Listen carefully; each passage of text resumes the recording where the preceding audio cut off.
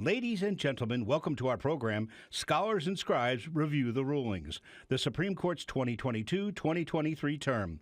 Please welcome Giancarlo Canaparo, Senior Legal Fellow in the Heritage Foundation's Edwin Meese III Center for Legal and Judicial Studies. Well, welcome to the Heritage Foundation and our annual review. I apologize for the technical difficulties which caused the delay. The bugs in the system, they are always there. But it is a perennial problem with Supreme Court reviews, technical issues aside, that there is always so much to talk about and so little time. So you will hear nothing more from me, but for the introductions. We are joined today by Jennifer Mascott, Professor of Law and Co-Executive Director of the Boyden C. Gray Center for the Study of the Administrative State at the Antonin Scalia Law School at George Mason. Her research focuses on administrative law, constitutional law, the separation of powers. She earned her law degree from George Washington, clerked for then Judge Brett Kavanaugh and Justice Thomas. Jen, please come to the stage. Following Jen is Robert Barnes, the Supreme Court reporter for the Washington Post. He has been a reporter and editor at the Post since 1987. I won't tell you where I was then. He started covering Maryland politics as he served as the Metropolitan editor, the National Politics editor, and has covered the Supreme Court since 2006. Joining him is Jess Braven, the Supreme Court correspondent for the Wall Street Journal. He is a distinguished lecturer in addition to a correspondent, author of 2 books, The Terror Courts, about the military trials at Guantanamo Bay, and Squeaky, The Life and Times of Lynette Alice Fromm. He has also contributed to books and treatises about violence in America, war crimes, and even logic, formal and informal. He's a graduate of Harvard College and Berkeley Law. And finally, Cannon Shammigan, chair of the Supreme Court and Appellate Litigation Practice and managing partner at the law firm Paul Weiss, here in their Washington office. He has argued more than 30 cases before the Supreme Court, including one this term, Samia versus United States. He has argued more than 100 appeals in state and federal appellate courts.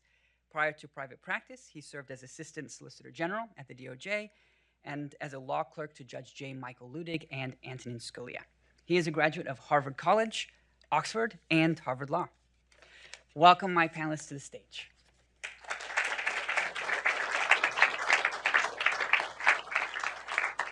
So we will start, obviously, I think we have to start like last year with the biggest fish in the pond, or the biggest elephant in the room. So Students for Fair Admissions, Professor Mascott, take us away. All right, so I'll be talking today about Students for Fair Admissions and then the student loan case. And both of these decisions actually were 6-3 decisions, and they were issued on the last 2 days of the term. And that might suggest, as a lot of commentary did, that the term was very divisive and political and along normal ideological lines, because it was the 6-3 that you might expect if you looked at the appointing presidents for the justices and these big anticipated cases. But before I get into Students for Fair Admissions, I want to just kind of push back a little bit on that and give context maybe for the whole discussion. So some analysis that's been done of the cases of this term, and as the folks on the stage know better than I, it was fewer cases than, historically it keeps becoming fewer and fewer cases. So to the extent that there are still enough cases to even assess trends, actually the 6-3 cases decisions were not necessarily always during the term with the alignment that one might think. Some recent analysis it's pointed out that there were 14 6-3 decisions last term, 11 this term, which is fewer, but only 5 of the 11 this term actually were the 6-3 lineup in the 2 cases that I'm going to discuss.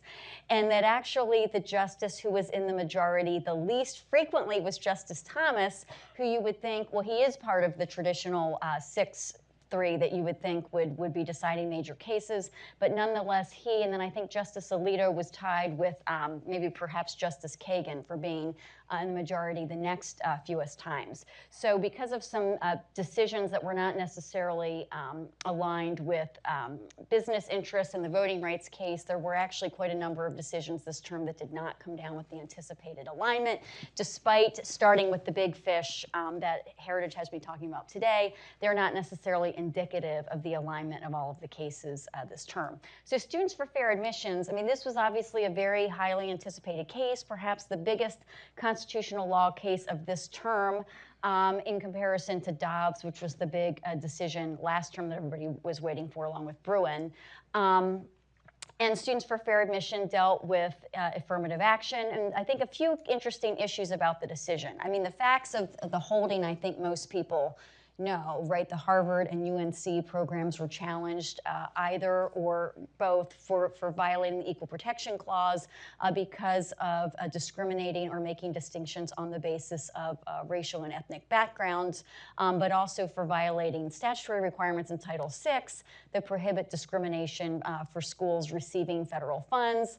One interesting thing about the cases, they were originally joined together, but they were argued then separately with two separate attorneys because of the purposes of Justice Jackson recusing from the Harvard decision, although nonetheless, when the opinion came down, I guess because the justices were arguably deciding it more broadly or more across the board than perhaps they could have, they issued one decision to cover both cases as opposed to hinging more on the specific facts of the Harvard program or the specific facts of the UNC program. They really did take on more full-throated analysis of the constitutionality of racial preferences in admissions in general, and so because of that, we're able to do that in one decision. Interestingly, the recusal then was carried out essentially through a notation at the end of the opinion that Justice Jackson was not part of the deliberations in the Harvard case. She did write a separate dissent, I guess presumably just on UNC.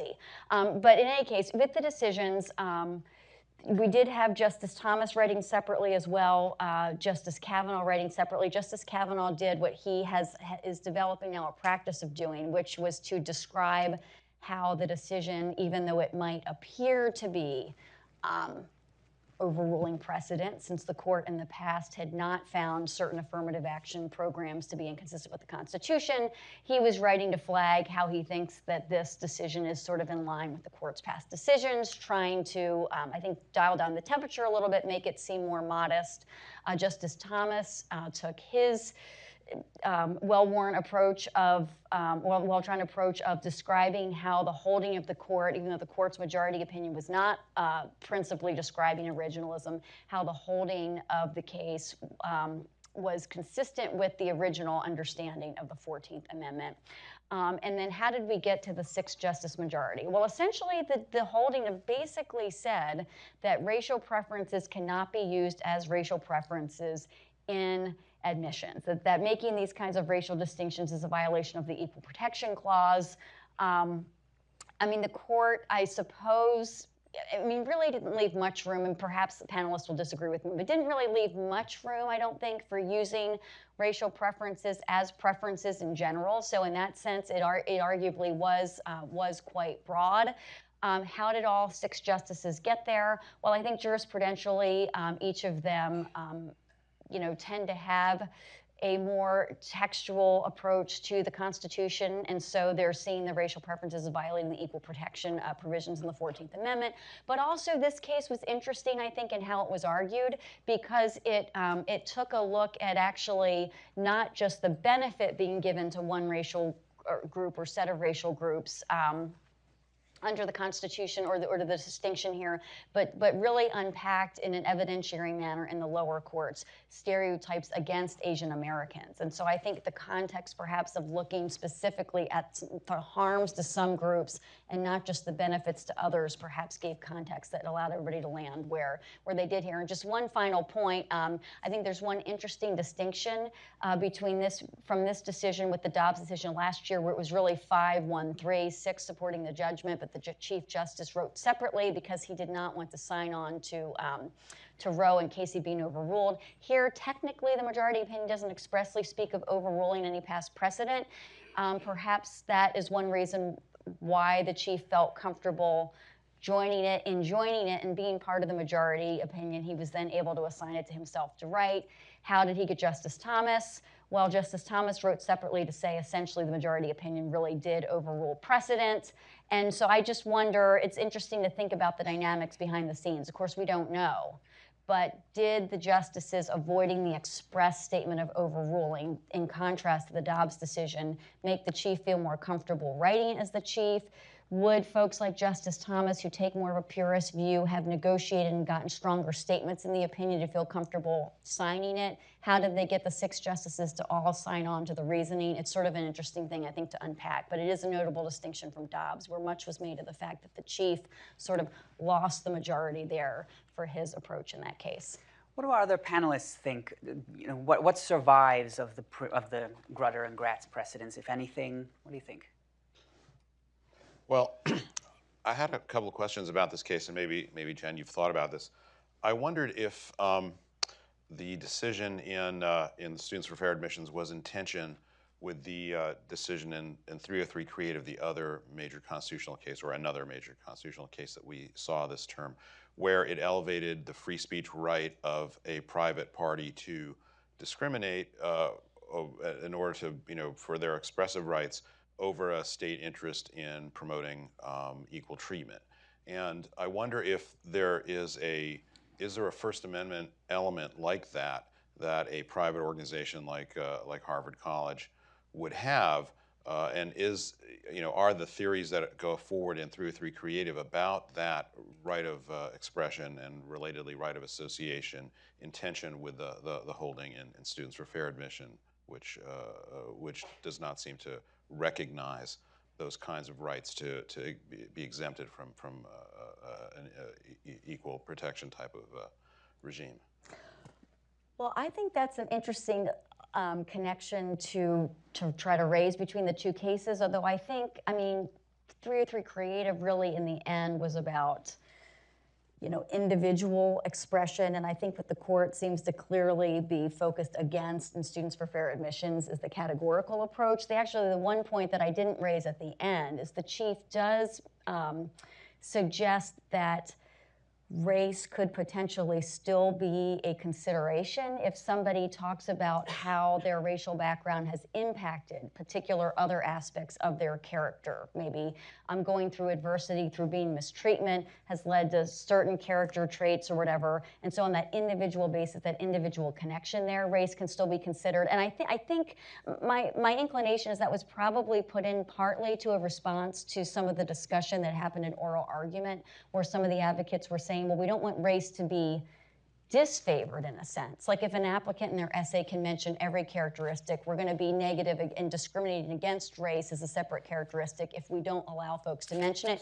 So it can be mentioned in an individual way, considered in an individual way, but we can't just raise up one group of people over another. And I don't think on that point there's much that I saw in the 303 Creative decision to be at odds with it, in particular since there's a lot made at the beginning of that opinion highlighting how the wedding website designer said she actually would serve people of all backgrounds. She just didn't want to be forced to be a mouthpiece for a particular message that was at odds with her convictions.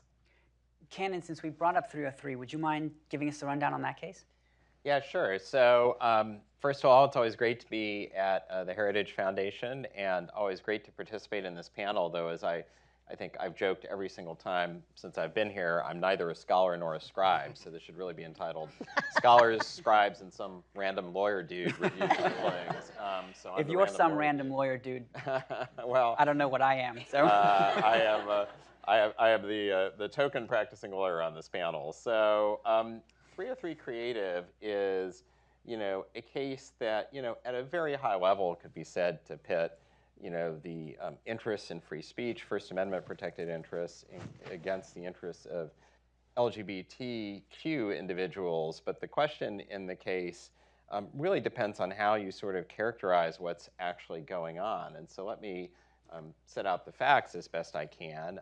The case was brought by a Colorado woman, Lori Smith, who is a website designer, and she designs websites for weddings. And the question in the case is whether she has the right under the First Amendment to refuse to design a website for a same-sex wedding.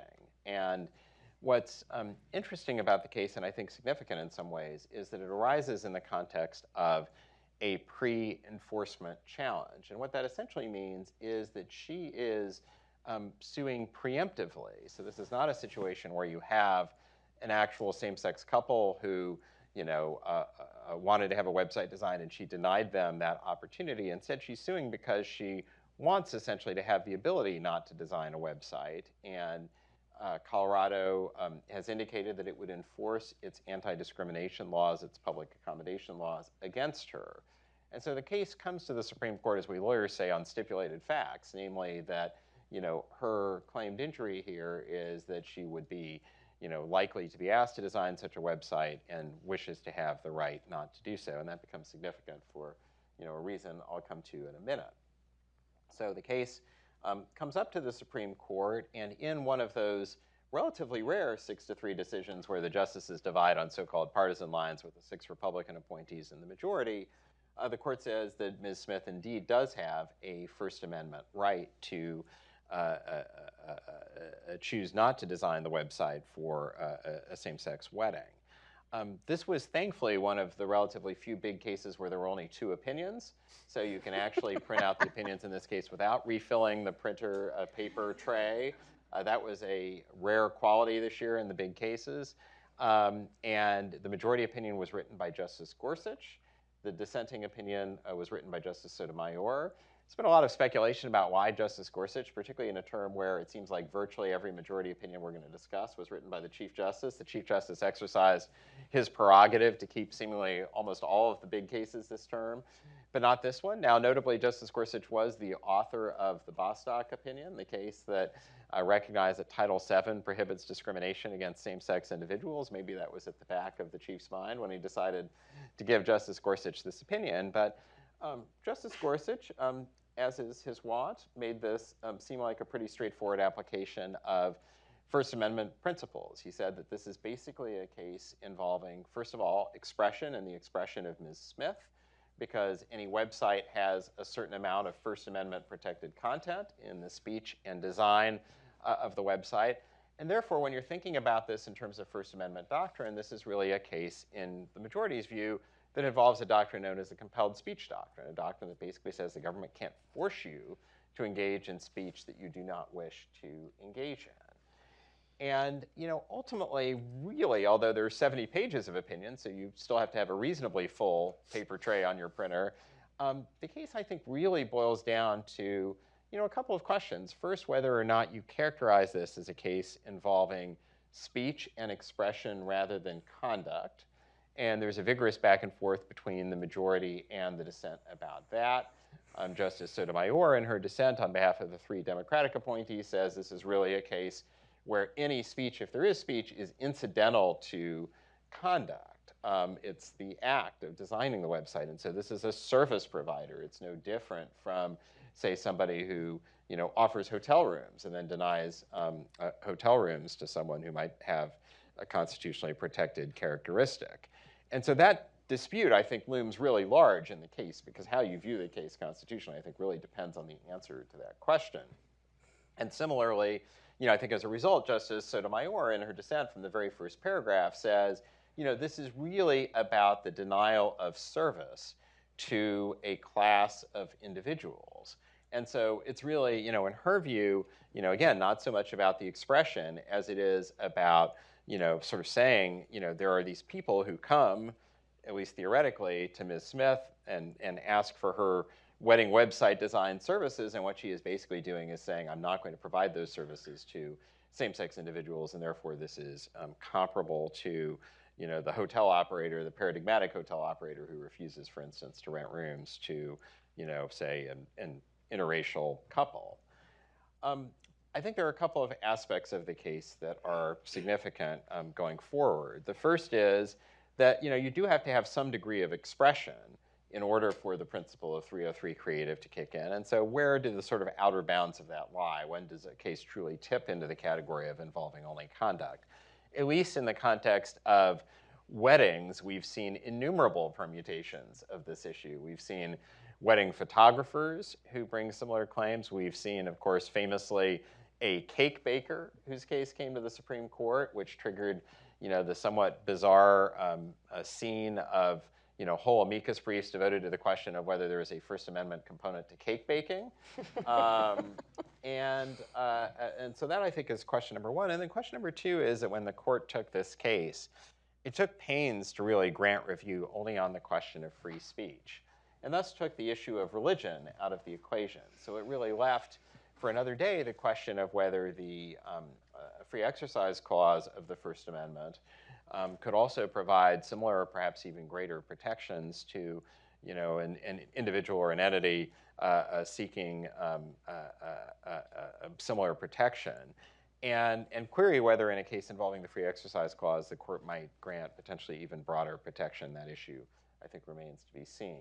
There was one footnote before I subside about this case, which was, I think, literally the day before the opinion came out. There was a suggestion in the press that there was a fact in the case that might, in fact, have been in dispute, namely that in the record there was someone who, through Ms. Smith's website, claimed to be a same-sex individual seeking access to her services, and the report was that, in fact, the person who was named was not the person who made that submission, that a reporter, an enterprising reporter, contacted that person, and it turned out not to be the same person. It turned out that person wasn't even gay, that person was straight. I think that proved not to be significant for the simple reason that in a pre-enforcement challenge, whether or not there is in fact somebody who's being denied service is kind of neither here nor there. And interestingly, the majority opinions, I think, took pains to highlight other facts that it viewed as the stipulated facts, namely, Ms. Smith's desire not to provide these, provide her services to individuals who were seeking those services for same-sex weddings. And so, and even though that came out right before the opinion, there was, I think, no suggestion in the opinions themselves that was somehow a salient fact, but it was kind of an interesting sidebar to what took place. Any responses from the panelists? Well, I think it's interesting that religion wasn't a part of this technically, but it runs through the opinion. It's sort of at the heart of the opinion. And the way the court accepted the case, it seemed like the answer was going to be, almost definite, that we knew the way the case was going to turn out from that way.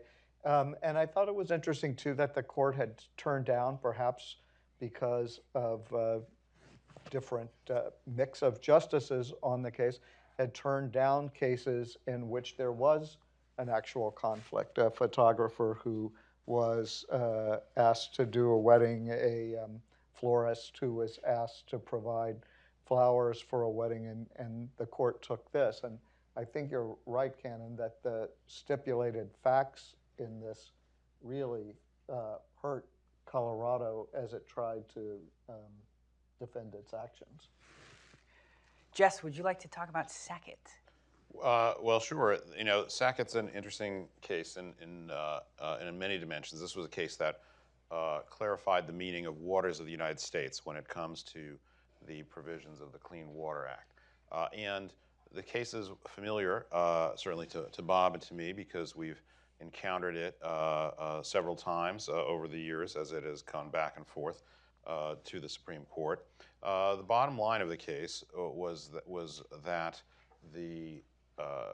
that waters of the United States needed to be construed more narrowly than courts and the EPA have understood it to be to this point, in an opinion by Justice Alito. And interestingly enough, the case was unanimous. I believe it was a unanimous case in the judgment, in that every justice of the court believed that in the particular permitting application for Priest Lake, Idaho, that the Sackett couple wanted, the government had gone too far.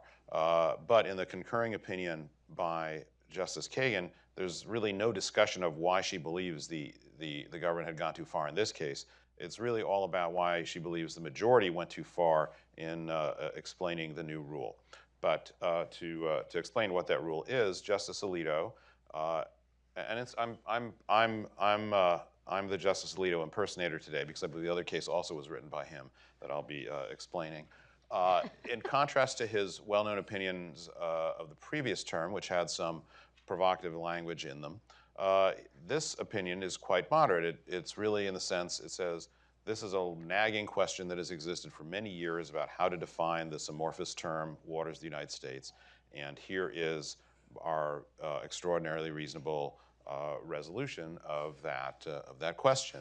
And he says that, in essence, to be covered by the Clean Water Act, a wetland, something that is not an actual lake or river or ocean, for a wetland to be covered by the Clean Water Act, it needs to be essentially indistinguishable from one of those navigable bodies or larger bodies of water. It has to be visibly connected to it. It has to be something that is really an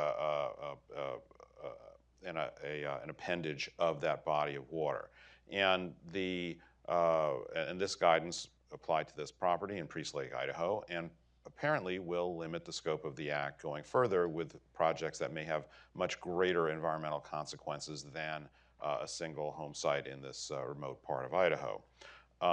So that is the clearer guidance. As we saw in some of the other cases involving federal regulation, certainly in the student loan case that I think Jen will be talking about later, you have the majority essentially saying, we can't believe that Congress would have intended to give authority this broad to an administrative agency. And since they haven't explicitly said they are, then it would be unreasonable to imply that they have.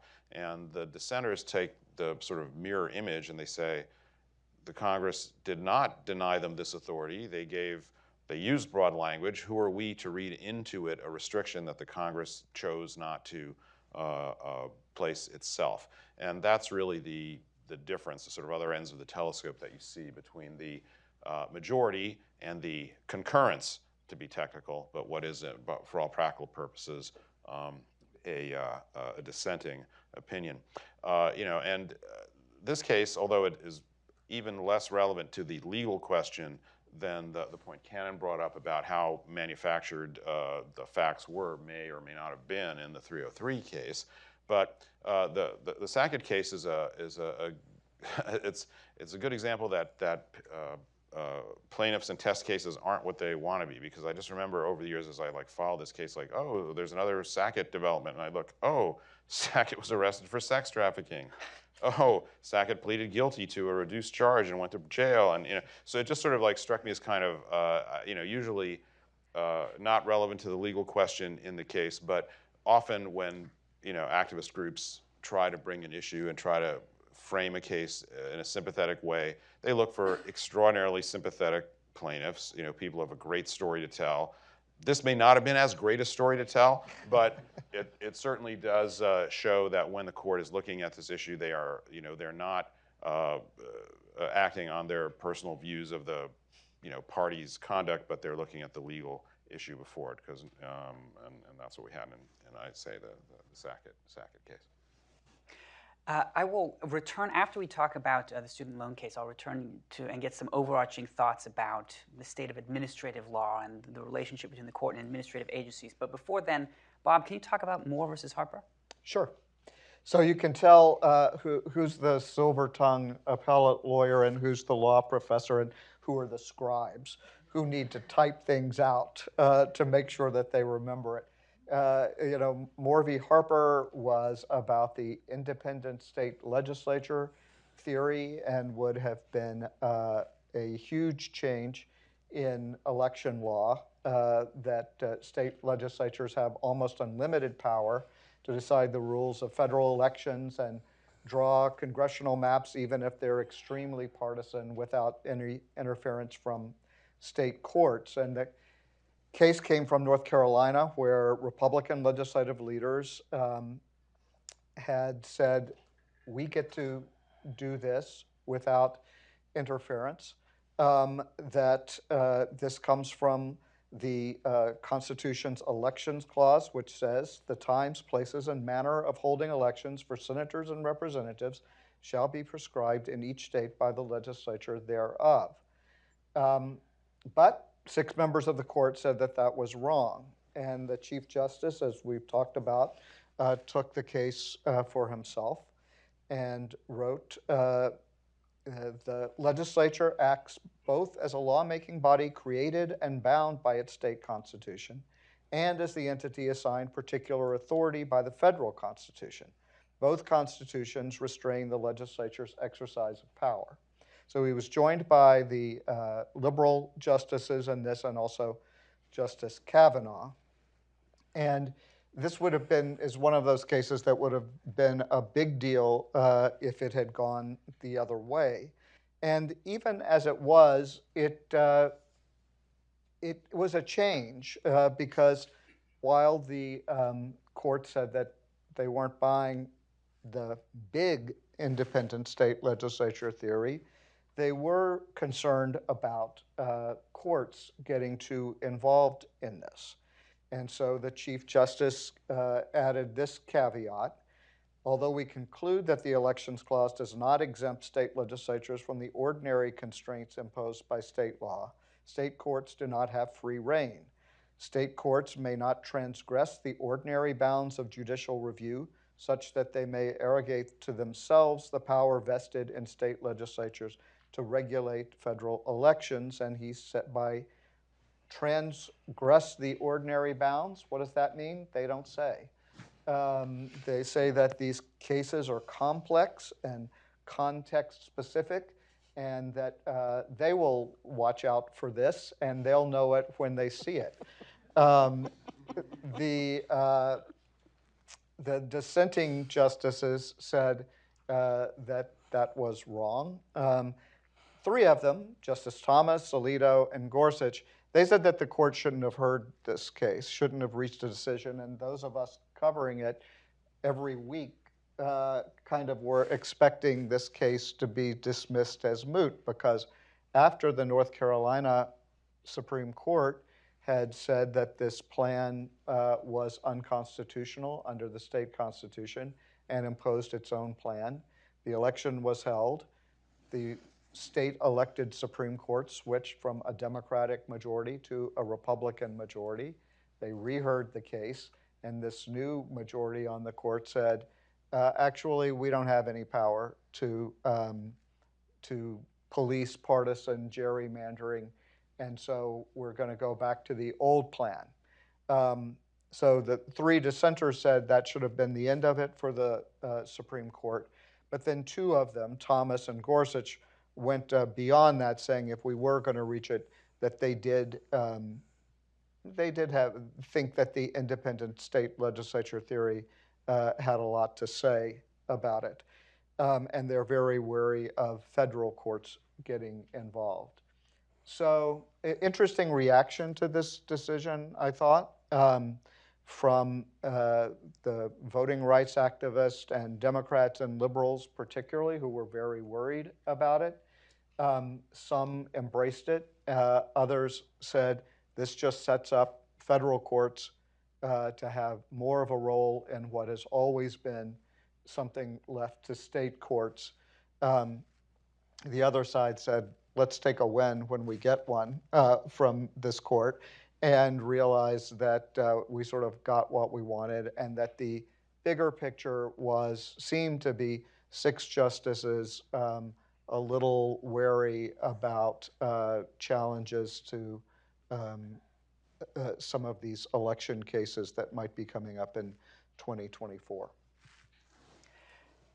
Jen, student loans. All right, just moving through here.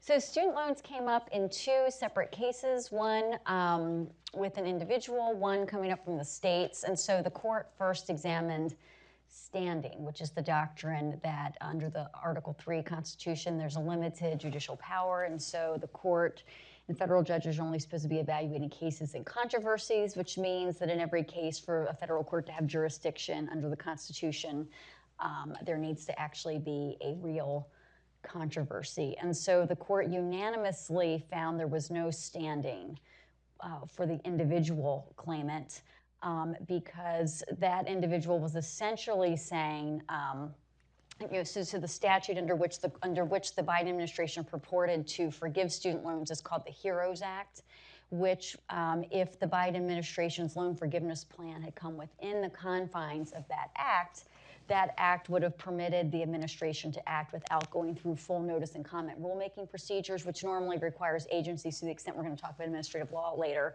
on substantive matters to give a certain comment period so the public can be involved and at least flag concerns with the draft rule before the rule is finalized and then published, to give some kind of notice and opportunity for public participation.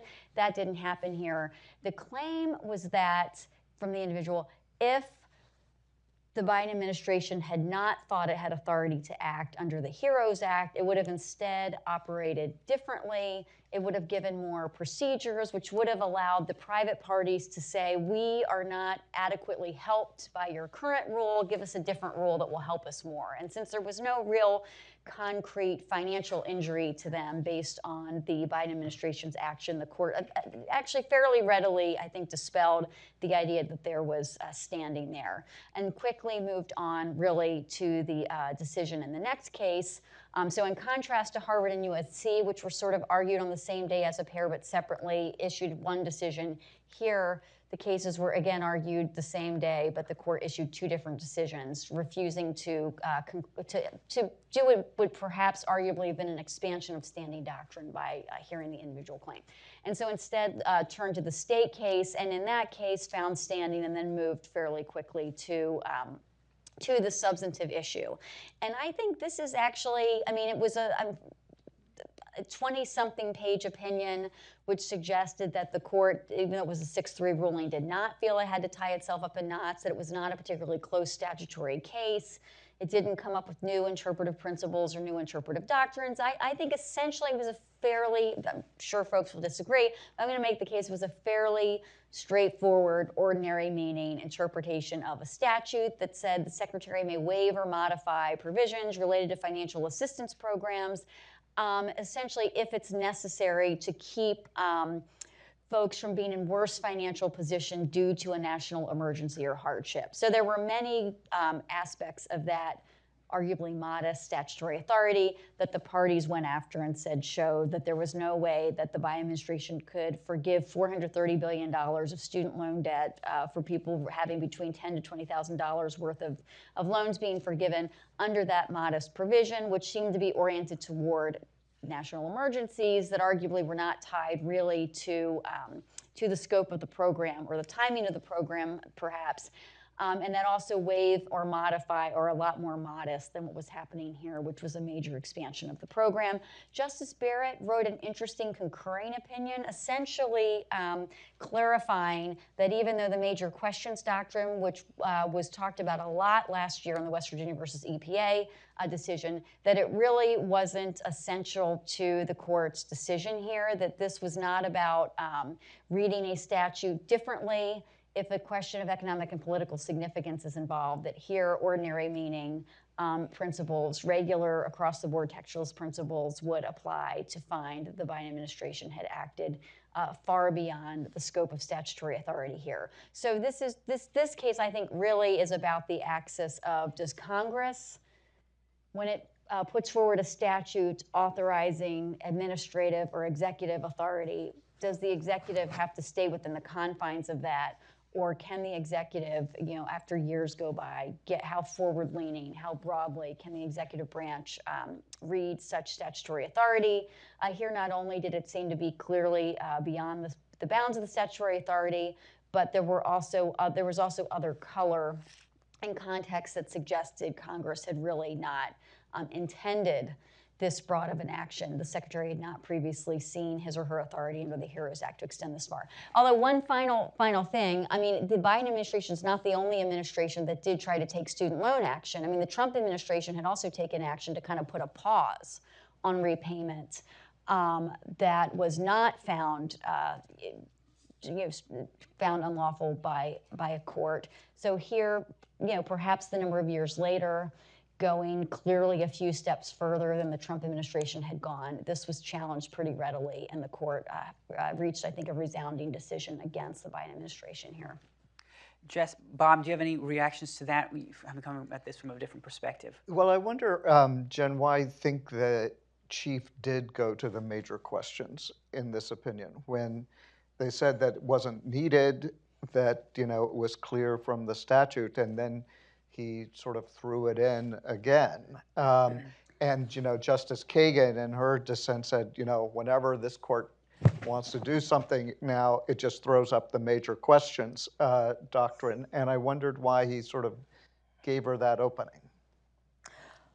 Well, I mean, it's hard to know the minds of justices, but I think one reason might be that he obviously, having, written about the doctrine previously, doesn't think of it as a negative doctrine, thinks of it as more legitimate.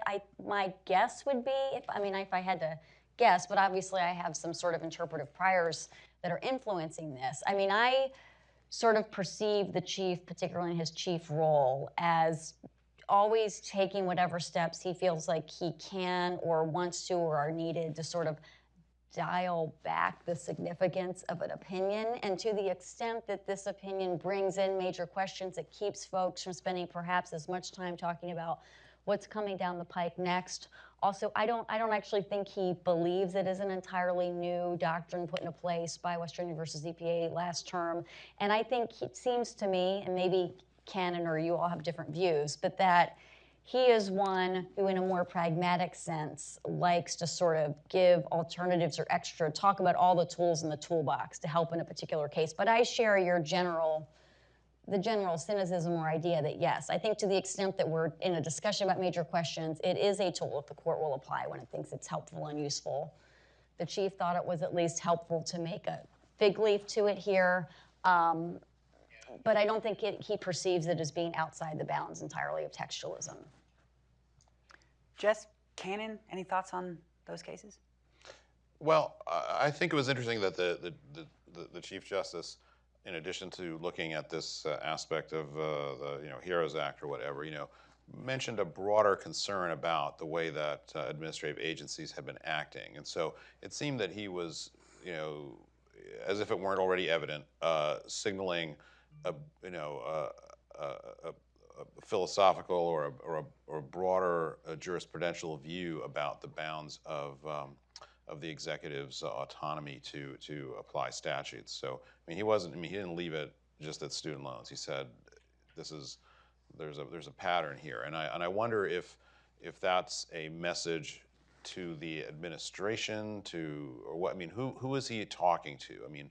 Obviously, to the extent he was talking to the dissenters, they did not find that persuasive, since they specifically said, "There you go, you just don't like policy, and therefore your made-up doctrine is striking it down." So it didn't work with them. Who is he talking to when he brings in those broader concerns that are not directly related to statutory interpretation of this student loan relief plan? Cannon, any thoughts on that case? I think the Chief Justice was speaking to the lower courts. We've now had 2 opinions in 2 years that have relied expressly on this major questions doctrine. And perhaps not coincidentally, that's occurring at a time when we have an administration that is in the process of deciding some enormously consequential issues through rulemaking. And those rules are inevitably going to be challenged. Spoiler alert, they're inevitably going to be challenged in part based on the major questions doctrine. And lower courts, in short order, are going to have to grapple with those arguments. And so, I think in some sense, my own reaction to this opinion was that the reliance on the major questions doctrine was intended to put a little bit more, by way of meat on the bones, on this doctrine, which, as Jen says, both has a footing in administrative law that goes back, I think, some distance, but also is a relatively new thing in terms of its express denomination as a discrete doctrine. And there's a really fascinating concurring opinion from Justice Barrett that I think lays out the conceptual groundwork for this doctrine in a very interesting way. I was hoping Cannon was going to explain standing, because I've only covered the court since 2006, and I still don't understand who has standing and who doesn't. Do you? Particularly in cases involving states, I think it's fair to say that the doctrine appears to be evolving. It always is. Would you like to talk about Allen versus Milligan? Sure. So I think this is an interesting case because in some sense I think it just defies the narrative that the conservative side of the court achieves, quote unquote conservative results in every single case. And as was true with Moore versus Harper, there's sort of an interesting debate about how significant this is between those who actually litigate the cases and those who want to characterize the court as moving in a particular direction. This is a case involving Section 2 of the Voting Rights Act, and I'm going to resist the urge to get too far down into the weeds of how voting rights law operates because it can get very complicated very quickly.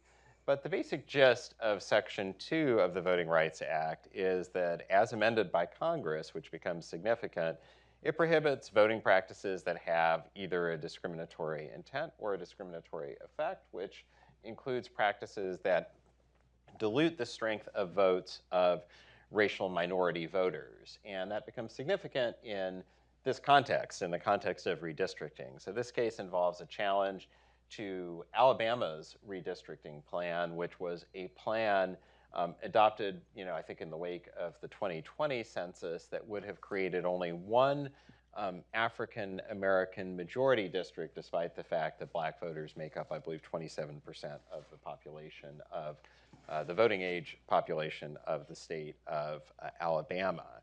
And this was immediately challenged, and as the case came to the Supreme Court, a three-judge court had concluded that the map likely violated Section 2 of the Voting Rights Act because of the way that voting rights law operates. These cases basically go from a three-judge panel directly to the Supreme Court, and the court heard oral argument in October.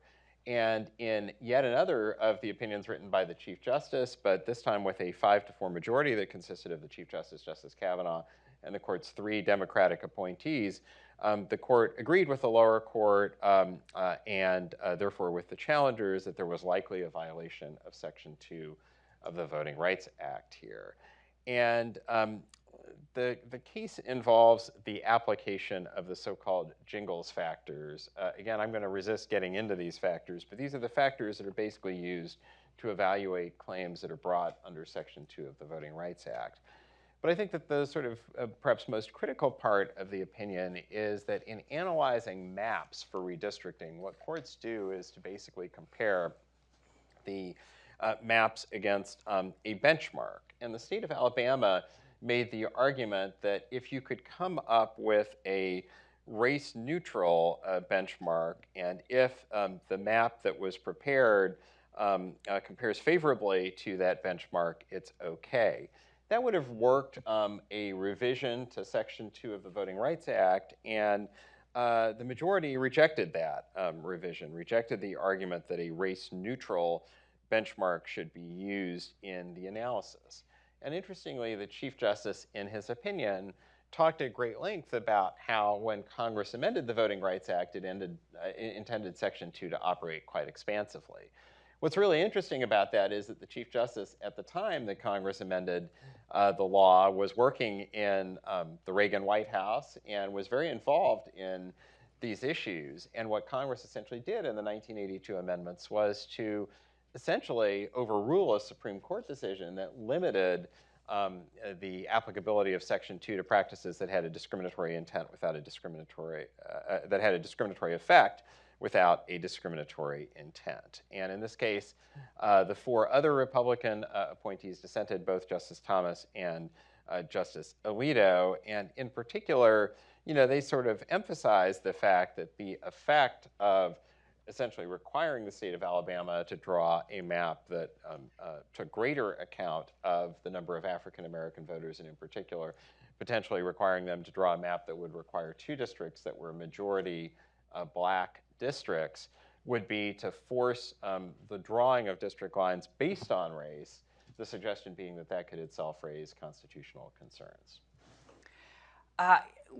Before I turn over to audience questions, any overarching thoughts about the term, themes you want to pick out, things you want to talk about in terms of it being Justice Jackson's first term, maybe how the court has changed? I leave it to you.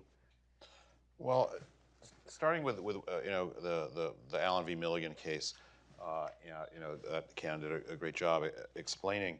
I think that if I would think about it, one of the broad takeaways, you could look at Allen v. Milligan and Moore v. Harper, which Bob explained for us, that this is a very conservative court, but you can't say it is a partisan Republican court that acts uniformly in the immediate political interests of the Republican Party, because whatever nuances or reservations there might be for those two decisions, the immediate effect of both of those cases is to deny an electoral advantage that Republican Party was seeking for the 2024 election.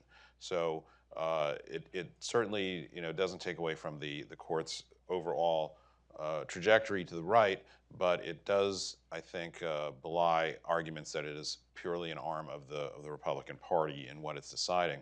And also, I thought, the Chief Justice was, redeeming some markers he put out in the past. I mean, in Shelby County a decade ago, where he wrote the opinion that removed the coverage formula for preclearance under the Voting Rights Act, essentially eliminating a major tool that the Justice Department had to protect minority voting rights. He said that Section 2, the substantive provision of the Voting Rights Act, remains in force, and that will be sufficient to protect any residual matters that might arise, even though we're no longer in 1965 and things are much better in terms of race relations. Well, in this decision in Allen v. Milligan was essentially redeeming that promise that he left out there. Well, we're going to continue to enforce Section 2 just like I said we would 10 years ago. And the tone of the opinion was very different. I mean, he explicitly referenced history of racially polarized voting in Alabama, while in Shelby County he was like, black voting participation in Alabama is higher than ever. It's higher than white voting out. What's the problem? So there was a difference in tone there, and a suggestion that he remains aware or has become aware of some criticisms that are out there. And likewise in Moore v. Harper, when the court ultimately declined to find a remedy for partisan gerrymanders under the federal Constitution, the Chief Justice put out a laundry list of other potential remedies that, if this is really a problem, might be there. One of them he mentioned was state law and state constitutions. And in the Moore v. Harper case, again, he's saying, I meant it. We're not going to interfere with other mechanisms within the federal system that could address these issues if they arise. So those are some thoughts. Bob, thoughts? Well, I think Justice Jackson really established herself very quickly in a way I haven't seen from other newcomers to the court. Maybe Justice Gorsuch jumped in fast too. He only had a little bit of the term left when he was there, but she spoke more than any other justice, according to people who keep track of how many words the justices say.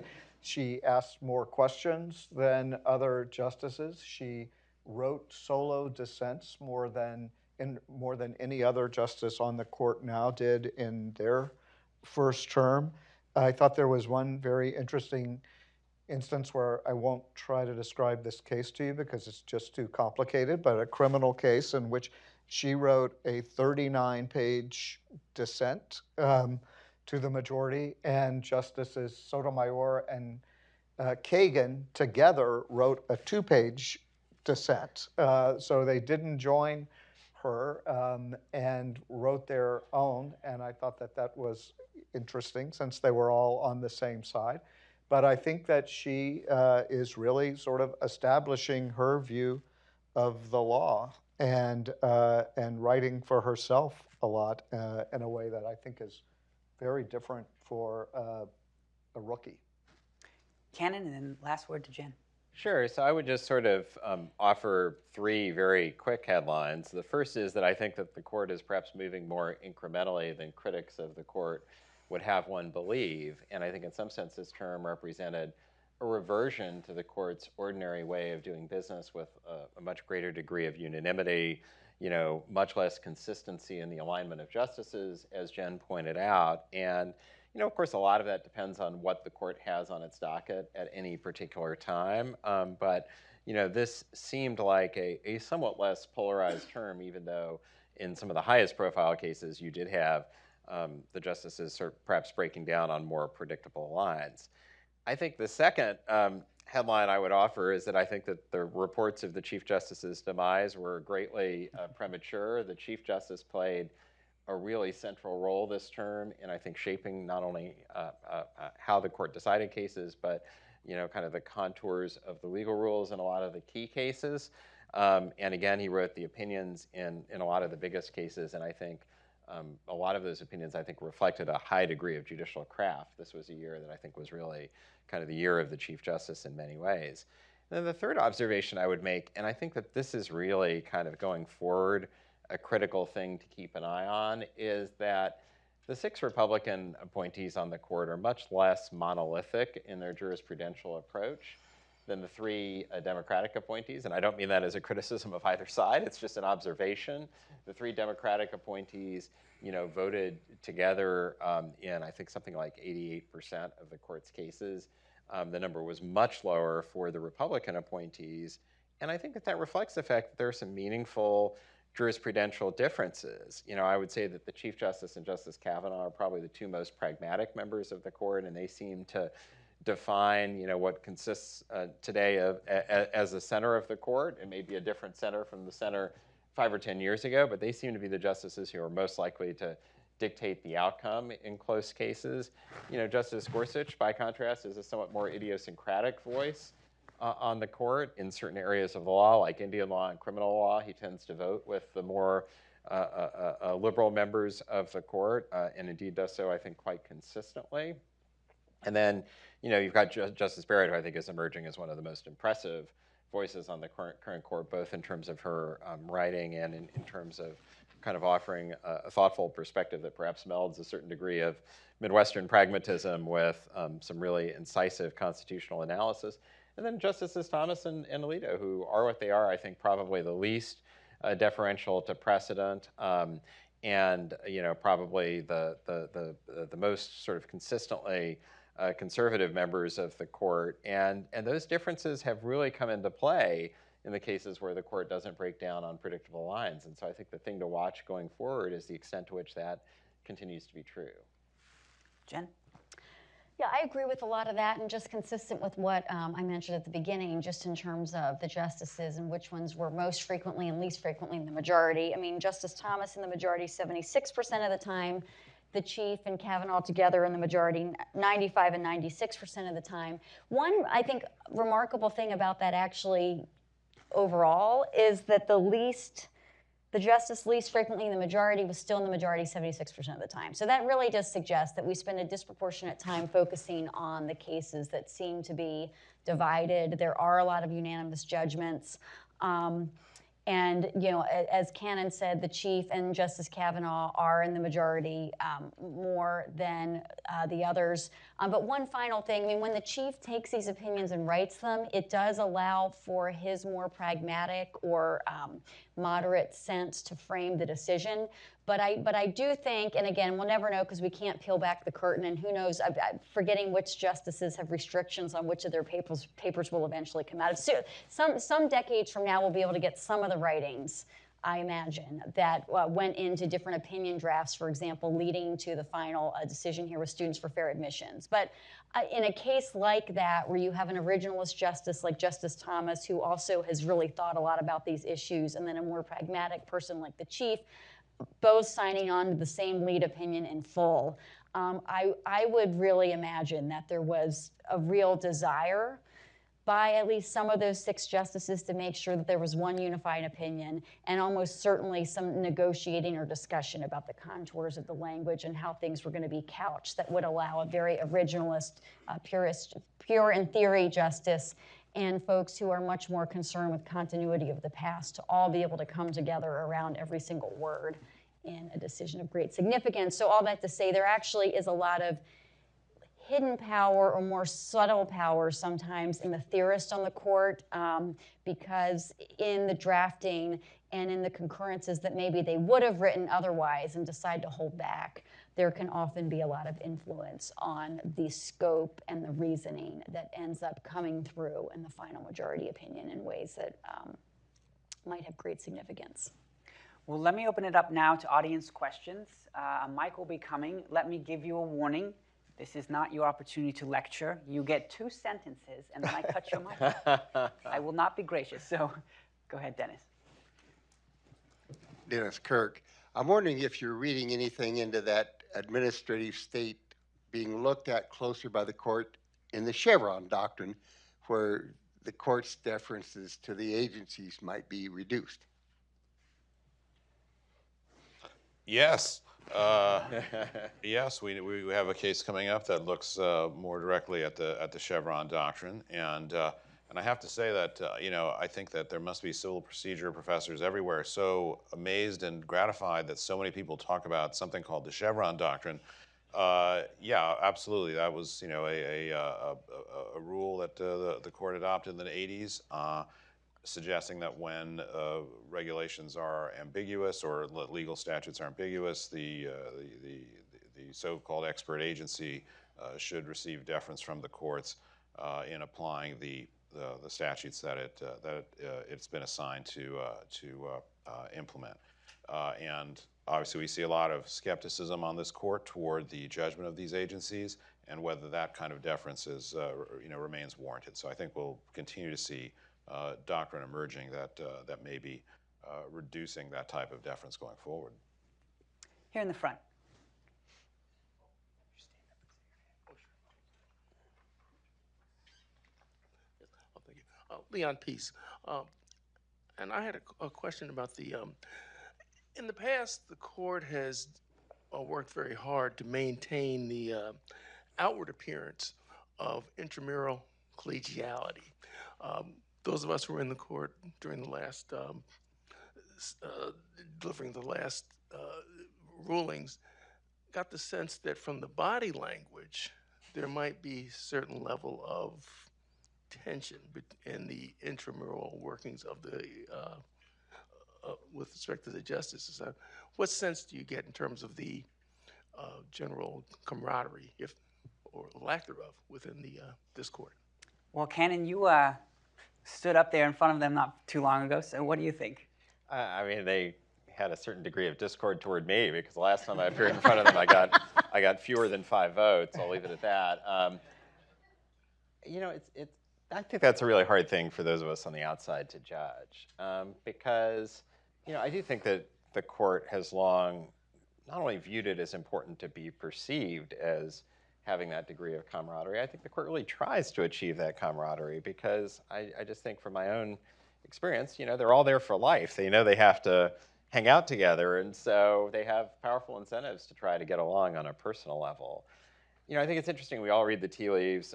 You've alluded to one type of tea leaf, which is, how do they react when they're reading out the opinions, and I've certainly read the same press reports, including by these gentlemen, that suggest that sometimes it does seem like passions are running high, as you would expect given the stakes. I think one thing that's interesting to me is that I think that the rhetoric in the opinions has gotten a little bit turned up.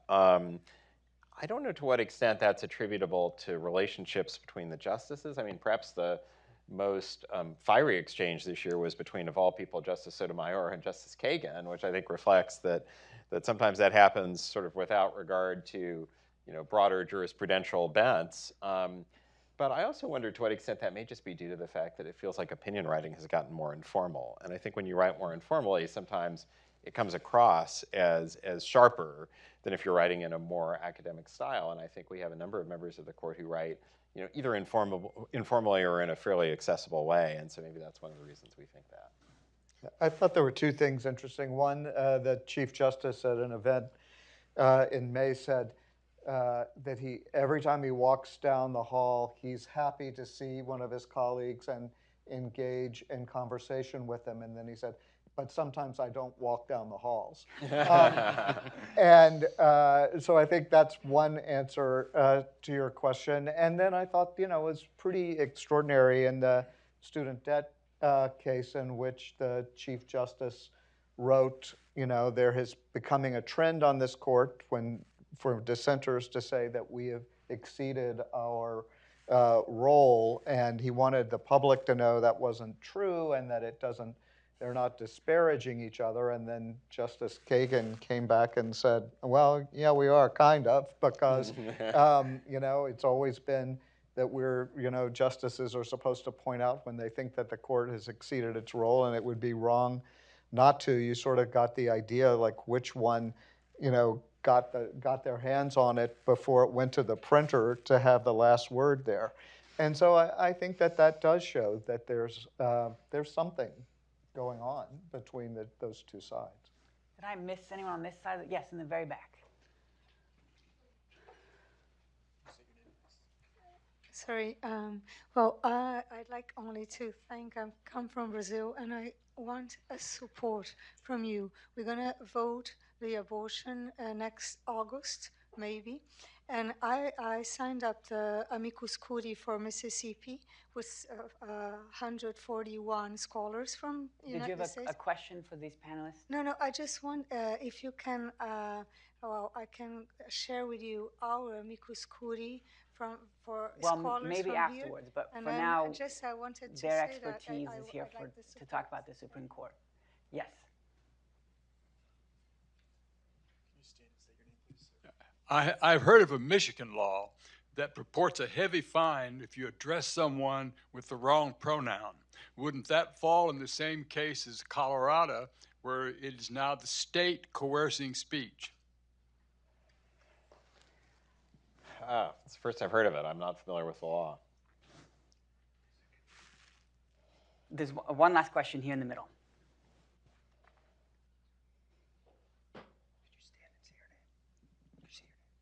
Oh, I'm Peter Humphrey. I'm an intelligence analyst and a former diplomat. The question I have is, if ultimately a plaintiff doesn't have all the power in these free speech cases, because if the court were to rule against the free speech, the plaintiff can simply say, okay, I'm giving severance pay to my boys on Monday and I'm out of business on Tuesday. And could a really woke court then come back to the businessman and say, oh, no, you're not. You're staying in business one more week to make the cake or finish the website?